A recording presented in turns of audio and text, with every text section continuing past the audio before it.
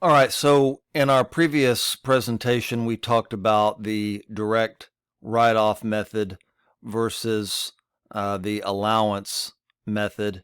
And I told you that that we looked at direct write-off method because it is out there, it does exist for some smaller companies, but that most of our attention would be on the allowance method, and that is true. So with the allowance method for estimating uncollectible receivables, we have two different methods that we can use. We have a percent of sales method,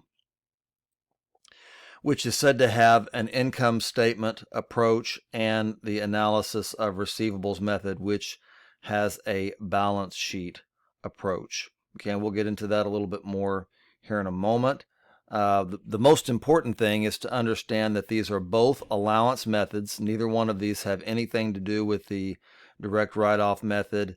And of course, we need to be able to calculate our allowance for doubtful accounts methods using either or both of these methods. Okay.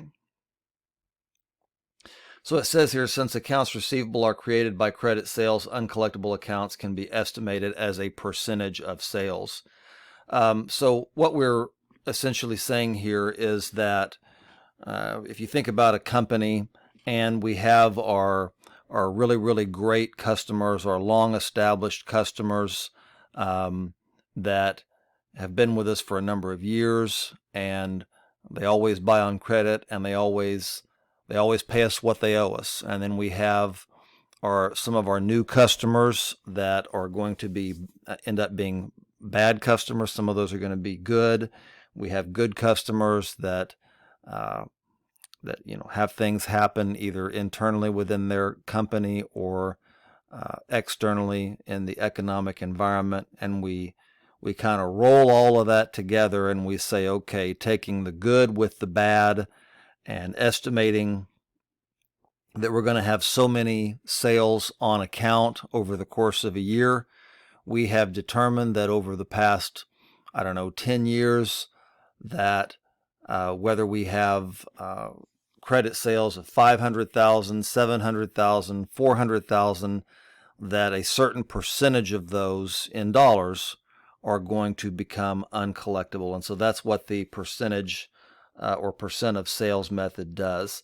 So here we have a little bit of an illustration for the percent of sales method. We have some information here. This is still with our X-Tone company. It says that on December the 31st, the balance of accounts receivable is $240,000. We have a $3,250 credit balance and allowance for doubtful accounts. So that means that we have written off less than our original estimate. And we have total credit sales of $3 million. And we estimate bad debt as a percentage of credit sales as 0.75%. Okay, so not even 1%. It says bad debt expense of $22,500 is estimated as follows. We simply take the $3 million, we multiply that by 0.75%, and if we do that, we come up with $22,500, okay, based on credit sales estimates. So, given that information, we have an adjusting entry that we will make. We will go ahead and debit bad debt expense for 0.75% of $3 million. So we have a debit of $22,500, and we're going to credit our allowance for doubtful accounts contra account for the same $22,500. And then we have our journal entry explanation. Okay, this looks awful lot like a T account to me, and you've had experience with T accounts before. What I want you to understand about the percent of sales method is that we're going to combine any existing balance in the allowance for doubtful accounts, whether it's a debit balance or whether it's a credit balance, it doesn't matter, with our estimate of bad debt based on credit sales. So, oops, sorry about that. We have a situation here where we initially set this up for $30,000 here, this allowance for doubtful accounts, $30,000 credit balance. We have written off, looks like at a few points in the year, we've written off a grand total of $26,750. So we have debited this account to the tune of $26,750. That leaves us with a credit balance of $32,50. All right, that's simply the difference between it's 30,000 minus 26,750. We're going to keep this 3250 over here, and now we're going to add an additional $22,500 based on that 3/4 of 1% times the 3 million. And so what we're going to end up with here, using the percentage of sales method, is an adjusted balance of $25,750. That's the $3250 plus the $22,500. Okay, and that is how we would determine the current balance, in this case using T accounts, for the percentage of sales method, which is an allowance method for receivables. The analysis of receivables method, or the aging method, takes more of a balance sheet approach. And it says here, let's see here. Where am I? I'm looking for something in particular. Aha. It says, well, let's just read it all. It says the sum of the estimated uncollectible accounts is the estimated uncollectible accounts on December 31st. This is the desired adjusted balance, for allowance for doubtful accounts. Okay, so you may not have clued in on this yet, but we're going to calculate our final balance a little bit differently under the analysis method. We're not going to do it the same way. So we've got some steps here, and this is a lengthy process, but when I think when you look at the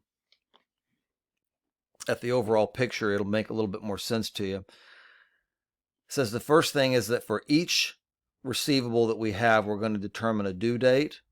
We're going to determine, and we can do this through Excel, we're going to determine the number of days each account, every single account that we have, is past due, if any. We're going to place these, or we're going to organize these accordingly. In other words, not past due, 1 to 30 days, so on and so forth. We're going to total all of the accounts that fall within each of these categories.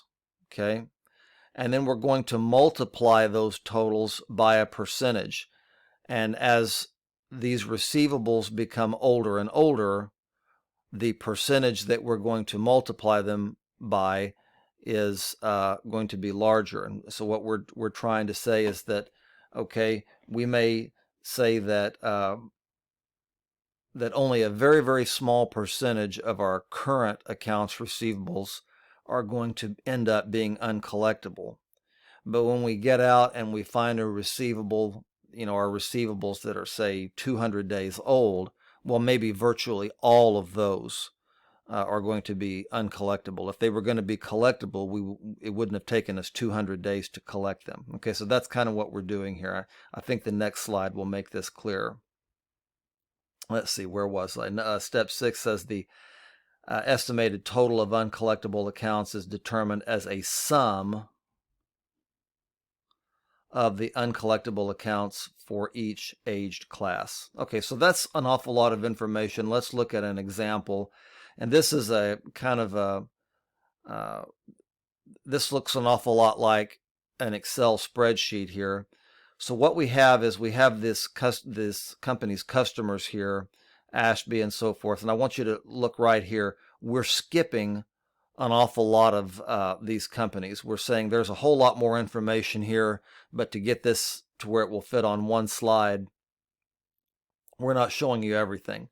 What we are going to show you is that in total, this company's receivables are $240,000, okay? And we have $125,000 in receivables that are not past due. $64,000 are past due, but only slightly, by 1 to 30 days. 13,100 are between 31 and 60 days past due, and so on and so forth. We have $14,000 of receivables here that are over a year old. Okay? If we add all of these numbers together here, we're going to total up to $240,000. We're just using a formula there if we were actually in Excel. And then what we've done is we've said, okay, we know that even though this $125,000 is not past due yet, ultimately about 2% of this figure will end up somewhere over here. So we're going to say 2% of this $125,000 is uncollectible, and if we execute that math, we come up with an estimate of $2,500 that is uncollectible. And we just continue that process. Notice as we become more and more past due, our percentage uncollectible estimate continues to go up. Okay, so over here we have 14,000 multiplied by 80%. We're saying that $11,200 of this 14,000 is never going to be collected. I'd say that's probably a fairly optimistic approach. I doubt that they'll even, let's see, the difference between that would be about $2,800. I doubt they'll ever get that. But notice here, and I'm just using this as the closest example to the 14,000, of this 13,100, only 10% is estimated to be uncollectible. These are customers right here that they'll pay their bills, but we have to get after them every once in a while. We have to motivate them to pay their bills. And for the most part, they will. Okay? So if we take this 2,500, all of these figures here, based on the amount of the receivable, and then times the percentage that we estimate will be uncollectible, again, based on the number of days past due, we take all of these columns, we sum these, and it's going to come up to $26,490. And I want you to understand that this $26,490 represents the desired balance for the allowance of doubtful accounts on the balance sheet. Now that's important because that's going to impact our adjusting entry. So let's take a look at that now. It says for this company, the unadjusted balance of the allowance account is a credit balance of $3,250. This was the same thing that we saw before, I think. The amount to be added to this balance is therefore $23,240. So let's go back real quick. Remember, based on all of our receivables, our total estimate is $26,490. But we already have a credit balance of $3,250. So what we're going to do is we're going to take our desired amount on the balance sheet of $26,490 and we're going to subtract from that the $3,250 that's already there. So we're going to make our journal entry to bad debt expense and to allowance for doubtful accounts of $23,240. That's the difference between these two figures. By doing that, we get the desired $26,490 on the balance sheet. So with the percent of sales method, we came up with that $22,500, and we just added that to the $3,250 balance.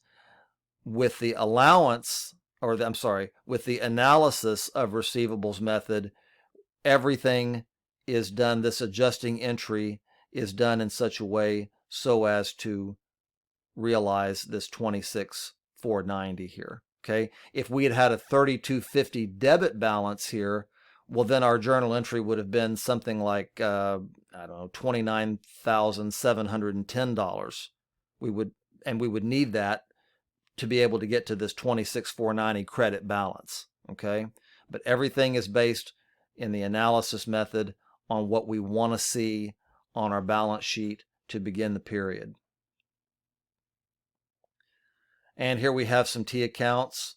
Our adjusting entry is not the 26,490. It is the difference between what we already have here and what we desire to have here.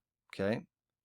And then finally, our last slide for this presentation just shows us the difference. And it says here, I don't know if this information will help you or not, but it says that the percent of sales method has an income statement focus, whereas the analysis method has a balance sheet focus.